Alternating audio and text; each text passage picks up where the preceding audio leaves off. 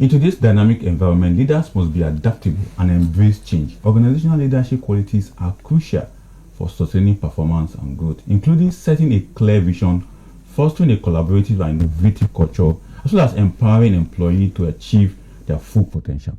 On the other hand, what quality must leaders demonstrate is a big question we need to answer today. And how important is communication, strategic thinking, and the ability to adapt to change? Meanwhile, it has been questioned on several occasions. How can we have an articulating and clear vision for leaders?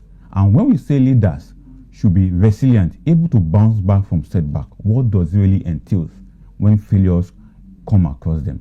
Then we also need to look at the issues of critical thinking, analytical skills that is required from leaders. How can leaders acquire this?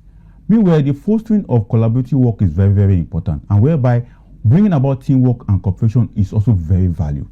How can leaders achieve all this ongoing?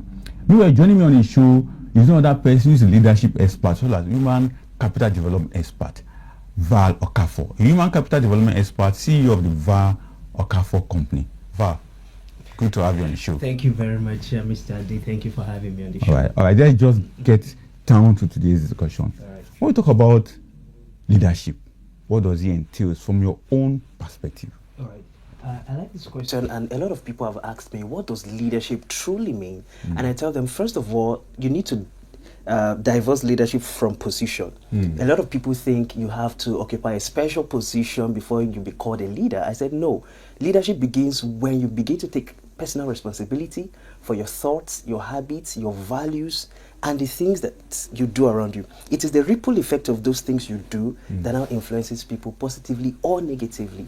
So leadership is a personal responsibility. So it's all about you occupying the presidency, not occupying the governorship. You don't need, or even don't even to be to a councillor. Even in a business setting, you don't have to be a head of anything before you are regarded as leader. Absolutely. I really love and appreciate the simplicity of what leadership is. But let's get down to the bulk of our engagement. First and foremost, evaluating business organizational qualities that is expected. And one of the key things that anybody want to know at this point is that why is qualities of a leader very important?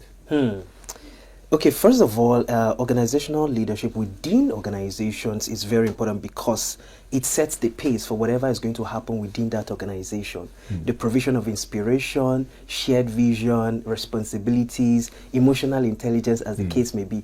These are the roadmaps and the trajectory upon which anybody within that organization can now express their, whether it's their competence, whether it's their skill, as the case may be. There has to be a roadmap. If there's no destination in view, every route will appear as the road to follow. So there has to be that roadmap and trajectory leaders must set in place for everybody coming in to follow. That is what fosters productivity and success within the business environment. One thing that is very, very impressive about your submission is that you are simplifying some of these submission. You are making it very, very, I would like to say word friendly in the sense that people can quickly grasp what you're saying.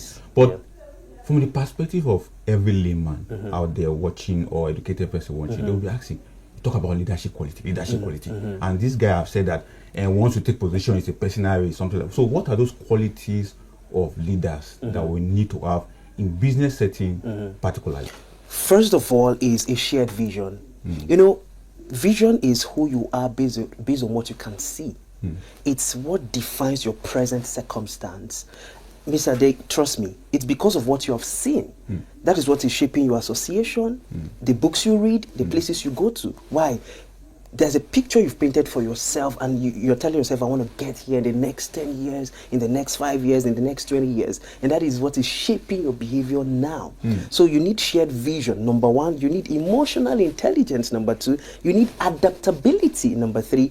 You need empathy, within the work environment, especially when people are involved. And why is this very important? You cannot expect people to express their skills when there is no roadmap, and that's why vision is important. Then adaptability is another thing I would like us to really talk about, because we live in an ever-evolving world. Experts call it VUCA world. Volatile, uncertain, complex, and ambiguous. The world is changing so fast that if you are not careful, you will simply log yourself into history without your permission. And I can give you instances. We'll get to that, but there's something that you said that is quite okay. that struck me. Said, the vision around leadership. Yes. And I want to ask you, do you have a crystal ball with you? No, I don't. Okay, go ahead. Okay, so you see, many years ago, Blockbuster was the mainstream video producing company. It was a movie rental company back in the US. And a lot of people, in fact, they had over 9,000 stores across the world with 85,000 employees. But what happened? They refused to evolve. They refused to digitize their streaming. In fact, Netflix met them and wanted to sell off Netflix for $50 million. They laughed it off. Guess what? Today Netflix is worth $150 billion. And in 2014, only one store from Blockbuster is existent. Now it's like a museum where people go to and say, oh, there was something like Blockbuster before. That's what happens when you don't evolve. That's what happens when you don't adapt to the current trend that's happening in the world. Another one, if you permit me. Okay. Yeah. Another one is Nokia. I saw my dad and his friend and other elderly people boast with Nokia phone, and then you see them tied around their waist, and when they're walking, everybody could see the Nokia phone. Today, where is it?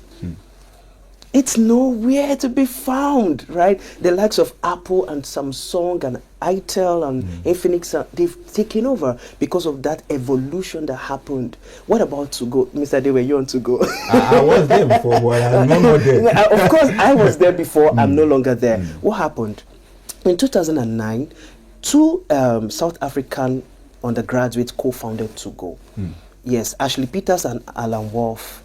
As at that time, To Go boasted around, say, 20 million active users with 30 million from Nigeria. They had already raised $3 million in revenue. So it was booming. A lot of people were there. A lot of people were chatting. There was nothing like WhatsApp. There was nothing like BlackBerry Messenger. But today they are nowhere to be found. Why? They did not evolve from JavaScript to Android and then iOS. That is what happens when people don't adapt, and adaptability is a leadership quality that every one of us must possess, whether you are in a position of authority or not. You see, I mean, this is so important. You are very interesting. And, thank you. Apart from just that adaptability, there is a route that you have said I need to take, but there are challenges that we need to conquer. So let's look at challenges of leadership quality towards the adaptability that you're talking about. Fantastic. So from your angle of what you have said so far, so what are those challenges? I mean, there are a lot of challenges. Number one on my list is instant gratification. And I think that a lot of young business owners need to kill instant gratification. What are you building your business for, and why is your business in existence? A lot of people are in business because they want to survive. Money for food, money for rent, and of course there's nothing wrong with that, but you must, that's why we're talking about vision now. You must think beyond yourself, your family members, your community members, to the world. Toyota is a Japanese company, but it's in Ghana, it's in Nigeria, it's in Algeria, it's in America, it's everywhere. And that's the mindset you need to have when building your business, something that can transcend one generation to another. So we have a lot of people who want to just make it now, who are into business to survive, who just want to solve immediate needs. So we must kill instant gratification. Number two, lack of mentorship. Isaac Newton said that if I have seen Father, it is because I stand on the shoulders of giants. Whatever it is that you're dreaming to achieve, somebody has done it, or somebody is doing it. What you need to do is to locate those people who are doing it and achieving success at what you want to do, and follow that trail. If you want to arrive at the destination where giants arrived, just follow their footprints.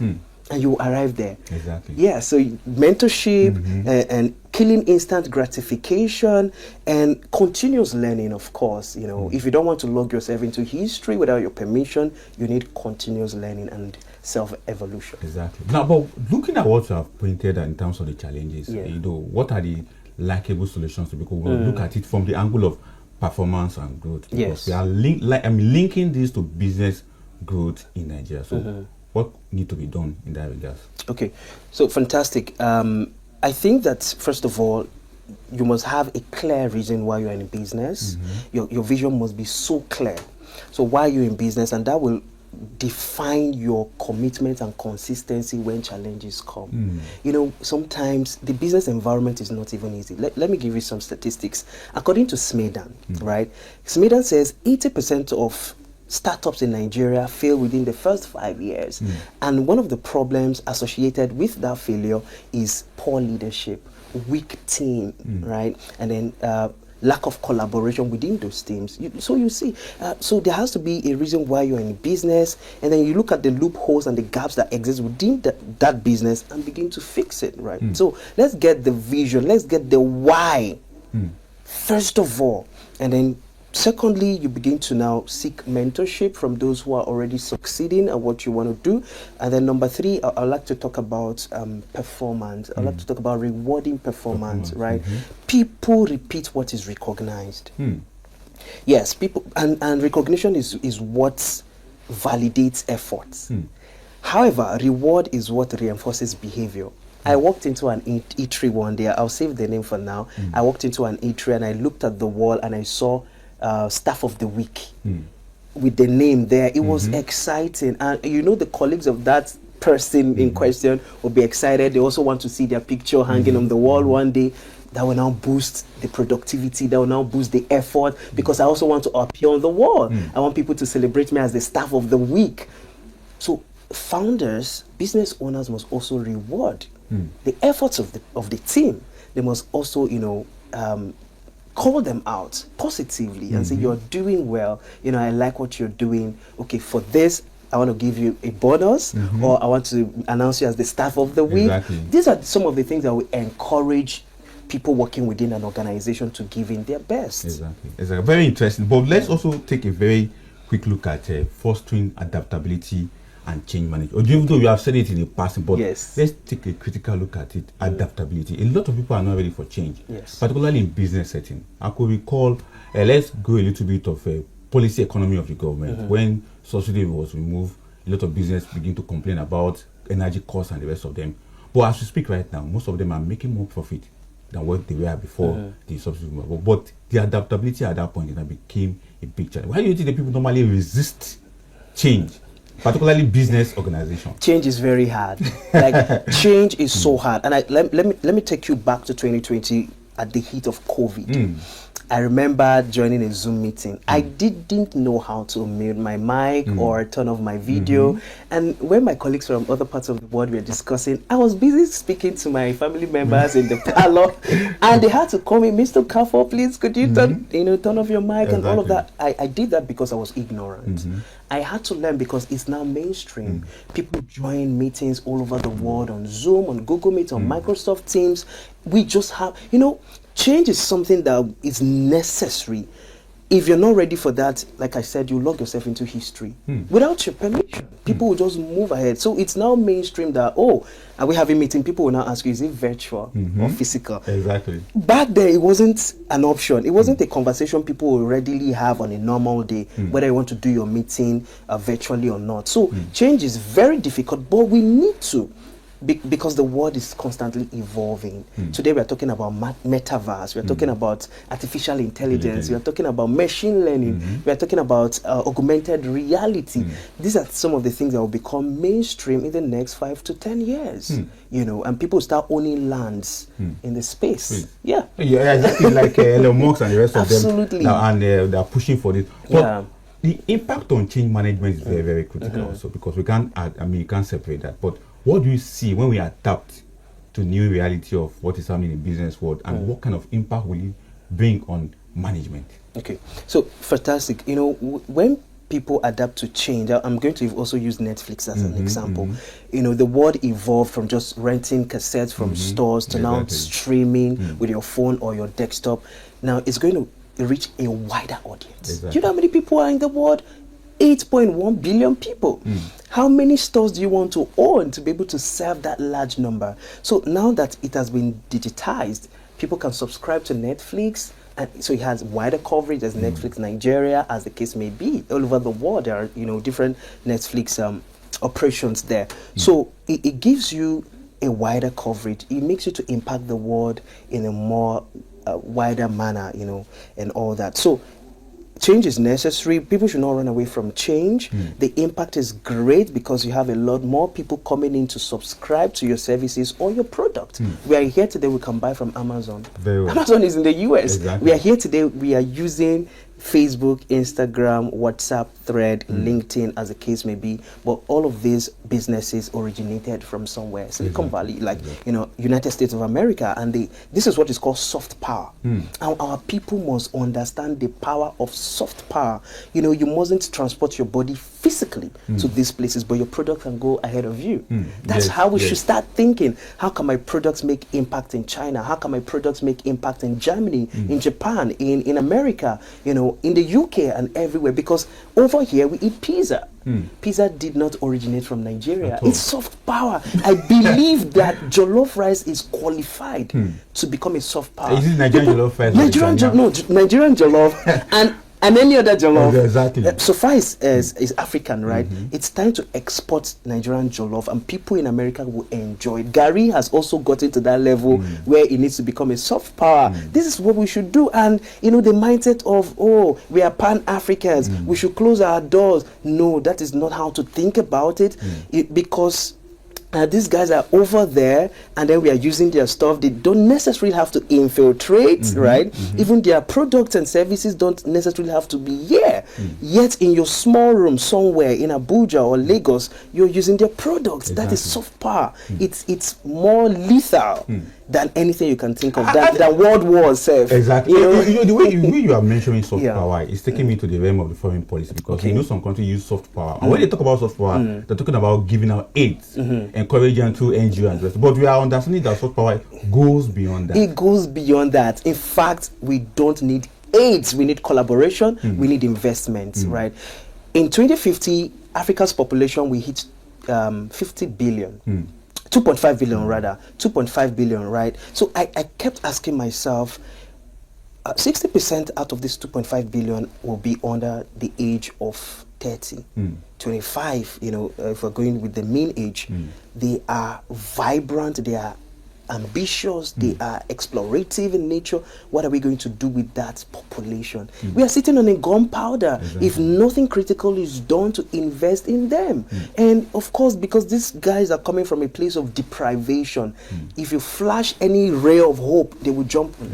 They will want to, in search of greater pastures, leave whatever potential is here to go where they can earn foreign exchange and send back to their families. We must begin to think differently, to invest in this critical mass of people.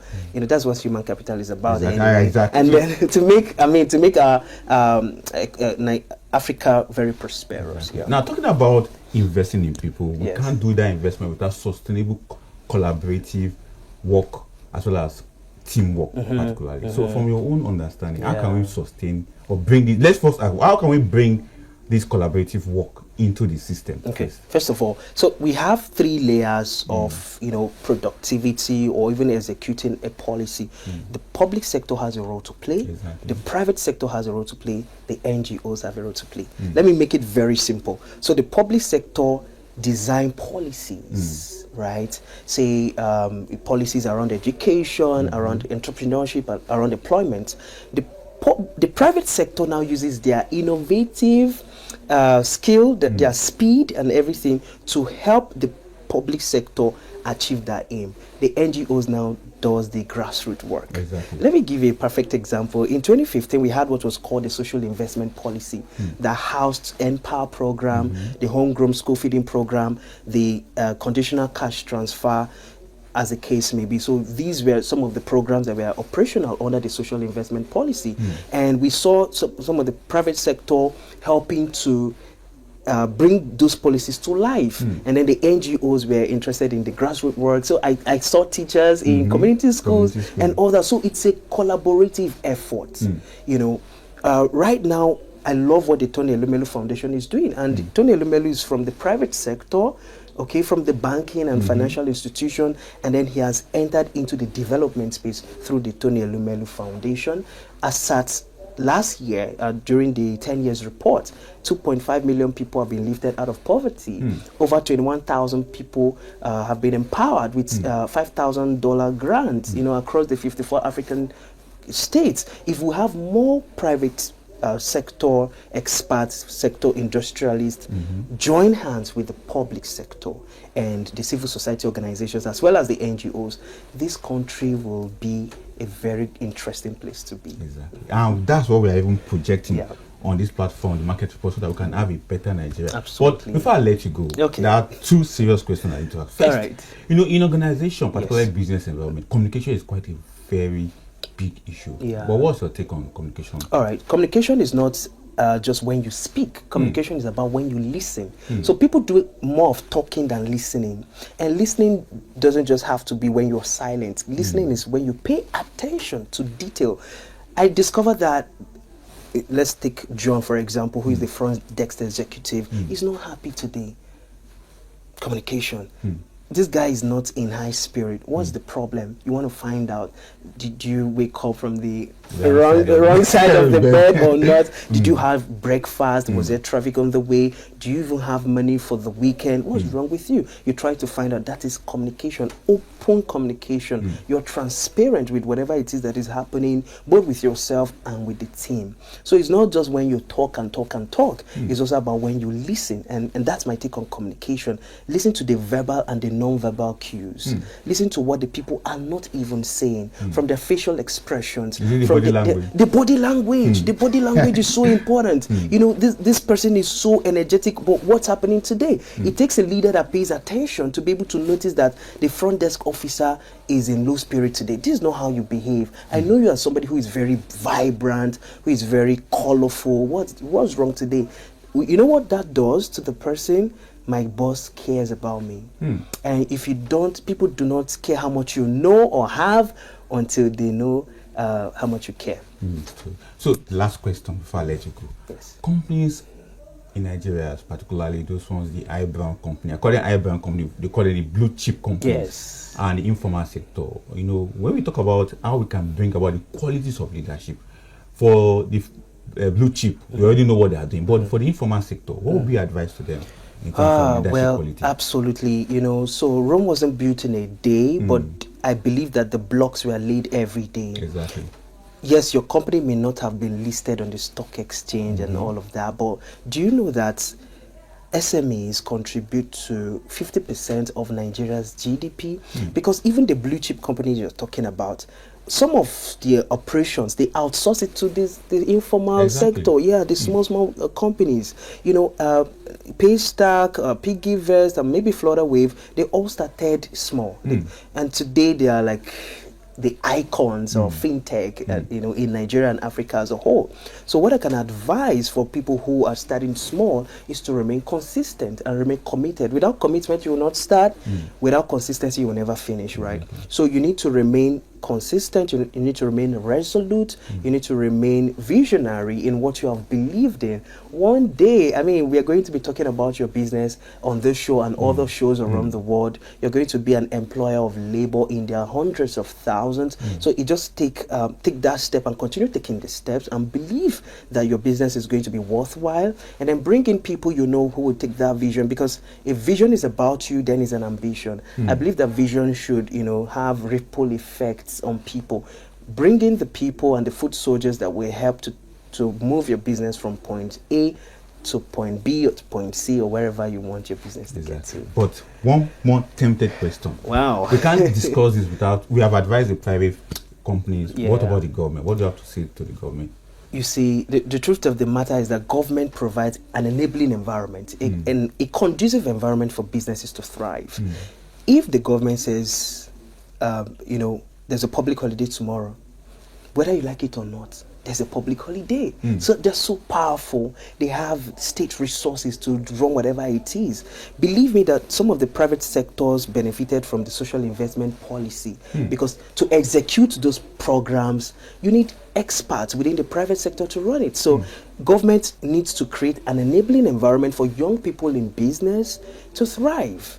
Give us that enabling environment, provide power, provide ease of doing business so that we can enjoy what you are doing. So we need that collaboration. No nation grew by just the government. Exactly. I know you've heard about the men who built America, not the politicians who built America, the men who built America. But I believe that it was a synergy between the government and the people. So that's what we are asking. Can you provide an enabling environment for us to do our business? We need light, we need water, we need security. These are some of the things we need in order to move our businesses from where it is now to where it ought to be. Exactly. Taking it from Val Okafor, we need to move our business to where it is now to where it needs to be, particularly with government support. Collaborative development work will come from the government, but teamwork also comes from the private sector. Absolutely. That is quite very interesting. Thank you very much. Thank you so much for I coming on the appreciate show. you so I much. will get more of you. All right. Definitely I will bring you on for that discussion on the